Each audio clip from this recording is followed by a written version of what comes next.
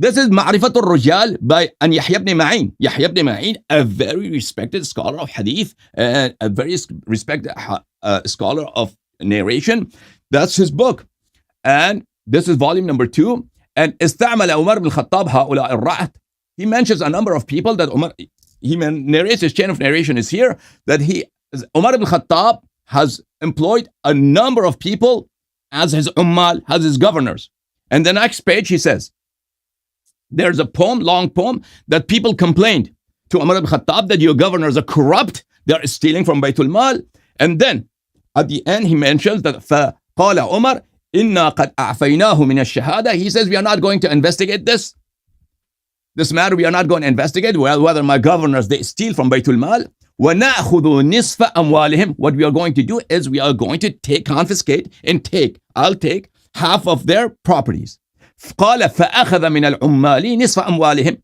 So from all of his governors, Umar ibn Khattab took half of their property, half of their ownership, half of all their earnings. This is At-Tabaqat al-Kubra Ibn Sa'd, published by Dar al-Sadr, volume number 3. Here you see this hadith and Muhammad ibn Uqba and Salim and Ibn Umar أن عمر أمر أماله فكتبوا أموالهم منهم سعد ibn Abi Waqqas. Umar ibn Khattab ordered his governors to write to him how much money they have. And amongst this governor was the famous Sahabi, one of the Ashar al-Mubashara, Sa'd ibn Abi Waqqas. فَشَاطَرَهُمْ أُمَرُ أَمْوَالَهُم. Umar ibn Khattab said half and half, 50-50. He did 50-50 with all of them, including Sa'd ibn Abi Waqqas. فَأَخَذَ نِصْفًا وَأَعْطَاهُمْ نِصْفًا. He took away half of their property and gave them the other half. So this is not a matter that we are making up. This is the character of Umar ibn Khattab, that we have evidence in different books of hadith that Umar ibn Khattab, that's how he considered his governors corrupt, and after taking away as punishment half of their wealth from them, then again he would return them, appoint them at the same positions. Okay, now let's go back. Would Umar ibn Khattab be a person that he would call I'm providing to you evidence, contextual evidence that befits Umar's character. Is Umar known in history to be a person of etiquette? That he was a polite person? That he had such a adab and respect for the Nabi sallallahu alaihi wasallam and other Muslims? Is he how he's known? Or he is known to be a person of harsh character, of a very rough language and rough character? So I provide you the contextual evidence that fits Umar ibn Khattab. Look, this is Al-Musannaf li Abdul Razak al-San'ani, volume number 5. Here, this hadith is sahih on the shart of Bukhari and Muslim. Narrated from Asma bint Umays, دخل رجل من المهاجرين على أبي بكر رحمه الله وهو شاك. Abu Bakr was his deathbed. He was sick, and a person from Muhajirin, from the companions of the Nabi sallallahu alaihi wasallam who had migrated with him from Mecca. He came and he said, استخلفت عمر وقد كان عتا علينا ولا سلطان له فلو قد ملكنا لكان أعتى علينا وأعتى. You have appointed Umar as your successor. Without appointing him you as your successor, he was an arrogant person. He was an arrogant person. Now that you have appointed him to be your successor, to be the king, to the ruler after him, he's going to be very arrogant. He's going to treat us very poorly. And there are many ahadith with regard to that will come inshallah later. We'll show you that it verily befits Umar ibn Khattab's character, that he was not respectful to Sahaba, that he always had a deprecating behavior and disrespectful behavior to a Sahaba. I don't care if Umar was harsh or if Umar was taking half the money. Inshallah, I'll just quickly answer this. For the sake of all the brothers, inshallah. I was going to leave this to the end, but I'll tell you. Every single narration, see down here, it says in the book which Allahyari used, in Mustadrak al-Hakim, it said in this, Umar radiallahu ta'ala, he took half the money from Abu Hurairah. But it doesn't say what he did with it. It doesn't say what he did. So what did he do? Did he put it in his pocket? He hasn't got any evidence to say he put it in his pocket. But this is the impression that he's giving people, that he was putting it in his pocket. Here, I'll give you an evidence. This is Tabaqat Tabaqat ibn Sa'd. Just put the camera, please. Tabaqat ibn Sa'd. Look at this. This is the same narration. Okay. He says, Umar radiallahu anhu says, he says, show the sanad first, please. Sanad here. Sanad, just a minute. Yes, Let me just... show the sanad first and... Yeah, there's the sanad. Read the sanad. ठीक है. أخبرنا عمرو بن عاصم الكلابي قال حدثنا حماد بن يحيى حدثنا إسحاق بن عبد الله أن عمر بن الخطاب قال لأبي هريرة رضي الله تعالى عنه كيف وجدت الإمارة يا أبا هريرة قال بعثتني وأنا كاره ونزعتني وأنا أحببتها وأتاه ب4,000 من البحرين فقال okay, now move here.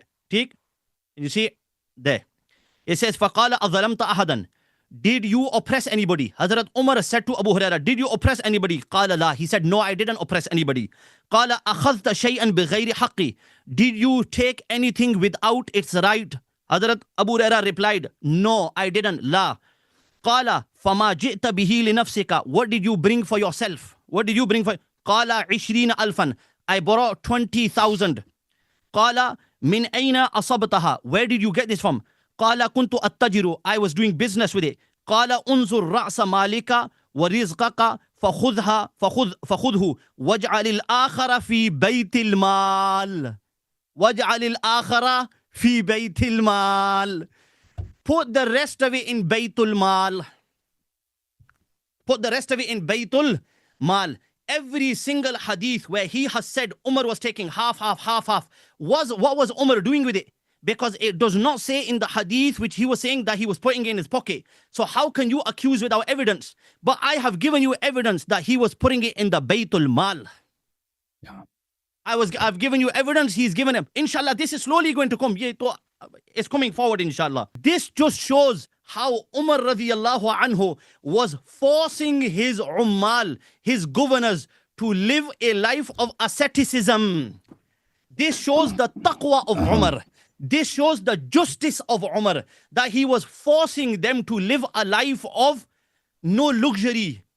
Because everything we're going to get in Akhirat. This was the mentality of Umar radiallahu anhu. He was harsh upon them. Yes, of course he was harsh. There's no point showing me narrations to say he was harsh. He mentioned that this is the justice of Umar, that he took away the half of the wealth of his governors. This is not justice. This is tyranny. This is a racket that he was running. If Umar ibn al-Khattab was taking half of the wealth of his governors, what in which Islam is this allowed? In which civil law or legal law is it allowed for a ruler to take half of the wealth of his employees? If there were indeed such in this hadith and other hadith where Umar was, people reported to Umar. I showed you all these reports from their books that people reported to Umar that their governors were stealing. So when a person is accused of stealing, you investigate. If you do not have evidence, if you do not have witnesses, you cannot take $1, 1 cent from that money. That's the hukm of Islam. Umar, what is this? Was there a different sharia for Umar ibn Khattab? Or was the sharia of the Nabi sallallahu alayhi wa sallam he was following? So we come back to the fact that Umar ibn Khattab was taking this money. Now he said he brought one hadith from Kitab of Tabaqat of Ibn Sa'd, which has a deficient chain of narration. He never proved that this chain of narration was true. That Umar ibn Khattab asked Abu Hurairah to put the money in the treasury. But I showed you so many ahadith and the credible chain of narration that is on the shart of Bukhari in Muslim, in Mustadrak, in other books. Umar ibn Khattab took it and there was no mention that where he put it at. And the wealth that he got from other governors, where he put it at. And it's not an Islamic thing to do, to take a person's wealth and put it in the treasury. And then Umar ibn Khattab, that he takes the money from Abu Hurairah and the rest, he beat them up, he called them names, and this is indeed the character of a Khalifa who doesn't have a good character. Yes, sir. Allahyari mentioned he said all the narrations Allahyari mentioned, there is no mention where he put the money. So if there's no mention where he put the money, what accusation are you putting against him? What are you what are you leveling? You've just clearly accepted yourself. You've clearly accepted yourself. There is no mention of where he was putting the money. So I have shown you one evidence. He was putting it in Baytul Mal. So if that evidence, if he was putting it in Baytul Mal there, he was putting it in Baytul Mal there. But if you don't want to accept that, you are leveling an allegation of theft. But you yourself have accepted that there is no mention of where he was putting it. Bismillah ar-Rahman. The theft is that you are taking a person's wealth without any legal process. That is theft. If the governor of California or the president of the US came today and took half my wealth because he was suspecting me that I did something wrong, that would be theft. So who is the thief? It's of course it's Umar ibn Khattab. I'm not saying Abu Hurairah was the thief. I'm saying here that Umar ibn Khattab is because he's taking over the wealth of all these individuals, all of his governors. First of all, he tells you about his style of government, that he is not prosecuting, investigating corruption. He is just running a racket and taking half the money. I showed you earlier that hadith was sahih on the shart of Bukhari and Muslim, and people came to Omar, Abu Bakr, and they said that Omar's character is very bad. He is a man who is very, very arrogant. If he becomes king, he will be even more arrogant. He will be, look, this is Musannaf Abdul Razak. Musannaf Abdul Razak. The hadith I showed you earlier. A'ta alayna wa a'ta. He will be, this is the qarina kharijiyah, this is the external evidence that people complain to Abu Bakr, please do not appoint Omar as your successor because he is going to treat us like dirt when he becomes Khalifa. This is Kitab al-Musannaf al-Ahadith wal-Athar, published by Dar al-Taj, volume number 7. This hadith, look. Ask something. Yes? You want to ask something? Oh, of course, sure. My pleasure. Go ahead, sir. Right. Ali Bhai and Allahyari Sahab, I just want to mention, there are two issues. One issue is Umar being kafir. One issue is Umar being harsh. There is no point showing me narrations about Umar being harsh. Yeah. We don't care about those narrations. Talk about Umar being kafir. Bring evidence for that. I hope you understand that when he says when he says to Abu Hurairah, Adu Allah, this is takfir of Abu Hurairah, and indeed, in reality, it's takfir of Umar himself. And now I'm proving that not only his chain of narration is impeccable, also it befits Umar's character. I'm showing you external evidence. As your scholars have said, external evidence makes a khabar wahid to convey, to purvey certitude. Therefore, I'm showing to you that Sahaba indeed said that Umar is a person of harsh words, harsh treatments to other Muslims. So this is credibility to what I'm saying. This is qarina. Okay. When this hadith again, look, when Abu Bakr was dying, he decided to make Omar his heir apparent. تستخلف علينا فظا غليظا. People said, Sahaba said, that you are going to appoint over us a person who is of harsh character and merciless. There is no mercy in his heart, and his character is harsh. وَلَقَدْ وَلِيَنَا كَانَ أَفَضَّ وَأَغْلَظ.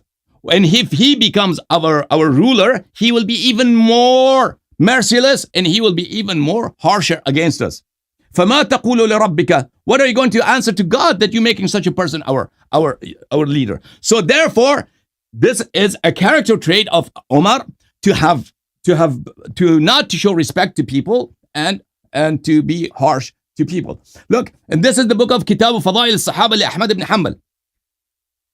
Page number 337, hadith number 485. Don't tell me that I'm showing these scans fast. Hadith sahih. This hadith is sahih. And don't tell me this is usul al-din. It's not usul al-din. قد استخلفت عن الناس رجلا فظا غليظا يزع الناس ولا سلطان لهم. People said to Abu Bakr, why are you going to make Omar our ruler? He is fadh ghalidh. He is a person who is harsh, and a person who is harsh, he's harsh both in his action and his words, of course. Ghalidhan, and he doesn't have any softness in him, and he doesn't have mercy in him, and he puts people down. Yaza'un nas, he puts people down. He mistreats them, and he's not even a ruler. He does that. When he becomes a ruler, he'll be doing that. So this thing that Omar said to Abu Hurairah, that you're an enemy of God. Of course, it befits his character. It's not that Rasul sallallahu alaihi wasallam, who is the most polite person, who's had the softest character, the softest akhlaq. It's not like that. Okay. Look at this. كتاب الطبقات الكبرى لابن سعد, published by دار الصادر في النساء. This is page number 256. This is before Omar became Khalifa. Before Omar became Muslim, there was a woman in their tribe who had become Muslim. And Omar had not become Muslim. And Omar would beat this woman up. بنت عمرو بن مؤمل. This أسلمت بمكة قديما. She is one of the first people to become Muslim in Mecca. وكان ممن يعذب في الله. And kuffar would beat her up all day in Mecca. Why you became a Muslim? Who was that kafir who was beating her up? وكان عمر بن الخطاب قبل أن يسلم هو الذي يعذبها ليردها عن الإسلام. فيعذبها حتى يفتر ثم يدعها. Umar ibn Khattab was the person who would beat this woman up all day. Umar would beat this woman, poor woman, all day until Umar was tired. And he would say, Wallahi ma adaka illa sama. And he would say to that woman, I'm not going to beat you anymore because I'm tired now. I'm going to give up. So this befits Umar ibn Khattab's character to be harsh, a person of harsh language, harsh action, in beating Sahaba and beating people. Allahyari, from the beginning until here, what he's been doing is he showed one narration where Umar called Abu Hurairah Aduwallah. And all the other narrations are all about the harshness. So he said, what I'm doing is I'm showing with external evidences to support this. But how are you showing from those external evidences which only show that he was harsh, how are you showing that he's kafir? They just show he's harsh. If you are harsh, you are not a kafir. So the external evidences, my friend, do not help you in any way, form or shape. Second, I'm giving you even more Quran. He's saying, why are you proving that Abu Umar didn't have akhlaq? Why Umar had a bad character? Why is it relevant? Sheikh, you forgot. Sheikh, you forgot. You agreed that if we have external or internal Quran, it makes the hadith convey certitude. So today I'm going to make with certainty that this hadith is credible. This event has happened. I've gave you many reasons why Umari scholars would narrate this hadith if it's not credible. They do not have anything to gain, like Shaykh himself. He admitted this hadith goes against the adala of Sahaba. This hadith violates the theory that all Sahaba are people, men of integrity. Of course it does. Then why your scholars would narrate such a hadith? These famous, respected scholars. Why would Zahabi say this hadith is sahih on the Sharh of Shaykhain? This fact, this would prove for me that this is an event that indeed has happened. And then the chain of narration is correct, and this fits the character of Umar. Let me tell Shaykh something that he said that it's our usul. If something is against the adala of Sahaba, we do not accept it, even if its rijal are credible. If something is in Bukhari and Muslim through the same rijal, we accept it. But if you find a hadith that goes against Bukhari, the adala of Sahaba, you're not going to accept it. Then it shuts the path of conversation. If you're not going to accept anything that violates even the honesty of Sahaba, integrity of Sahaba, how can I ever bring to you any proof that Umar was kafir? Of course, you're not going to accept it, because you would say even the sanad of Bukhari and Muslim. You agreed that Hisham ibn Hassan from Muhammad ibn Sirin is a hadith present in Bukhari and Muslim. Those are good. But this hadith is not good. Why it's not good? Because it contains something that violates Umar's character, that casts Umar in the bad light. That's your problem, sir. That is the problem of your bias. That's not my problem. If hadith does not conform to your biases, you say it's weak. You find no other reason to reject it.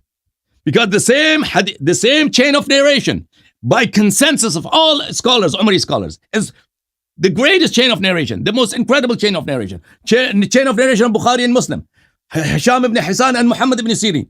If it's in Bukhari and Muslim, it's correct. If it's outside Bukhari and Muslim, because you do not like it, it becomes weak. That doesn't sell, brother. Now we go back. So why is it relevant? Look, there's a story. An event has happened, reportedly happened, that Omar has done takfir of Abu Hurairah. Is it true or not? Chain of narration is impeccable. And it doesn't have one chain of narration. It has many chains of narration. It's mashhur. Several great scholars of hadith have narrated this incident. Okay. Now, we come to this, and Umar had that behavior towards his governors. That's we all know. I've shown you many evidence to that. Now, is it true or not? So there's internal qara'in, internal evidence in the hadith itself, several chains of narration, and then external evidence, and that is Umar's character. It is out of character for Umar to misbehave. Of course not. Of course not. Umar's character is misbehavior personified. This is Musannaf of Abdul Razak, volume number 9. Here. ضرب النساء والخدم. عبد الرزاق عن معمر عن الزهري أن عمر بن الخطاب كان يضرب النساء والخدم. Umar ibn Khattab was a harsh person, violent person. He says it's good to be harsh. Umar was never harsh on the battlefield.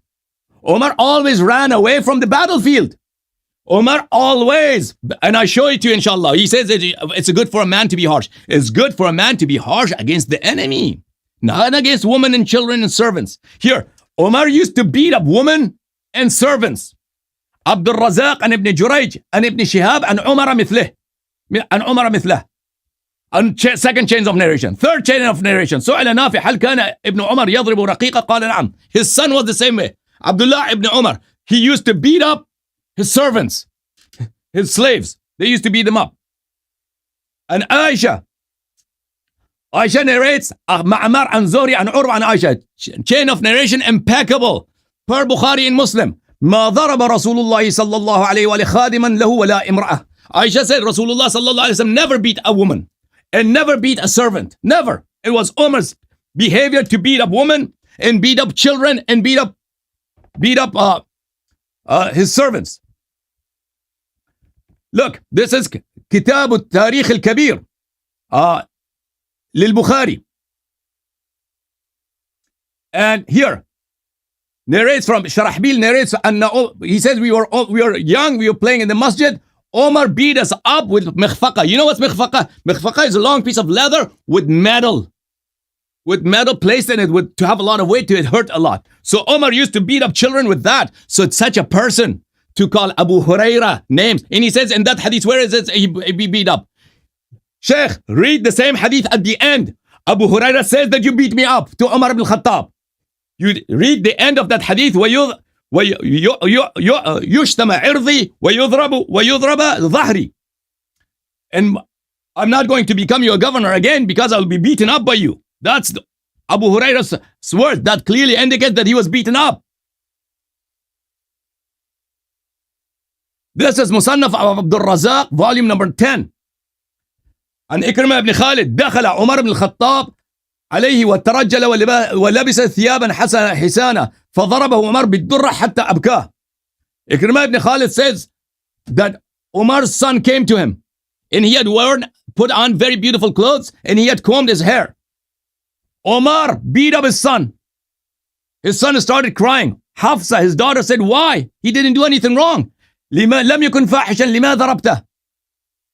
He didn't do anything wrong. Why did you beat him up, Dad? He said, رأيت قد أعجبته نفسه فأعجبت أن أصغرها إليه.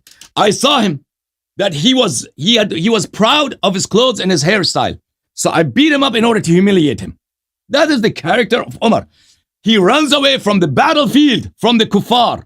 And when he is in Medina, beating up women, beating up children, beating up servants, then he is harsh, of course. So why you wouldn't beat up Abu Hurairah and call him Adu Allah and take away his wealth? And he says, how did you prove he is a thief? Look, today, if President Trump comes, takes half of my wealth, and even if he puts it in the treasury, he's a thief. Anybody comes and takes away half of your wealth, even if he puts away in the treasury, there's not any credible hadith that Omar used to take away the wealth and put it in treasury.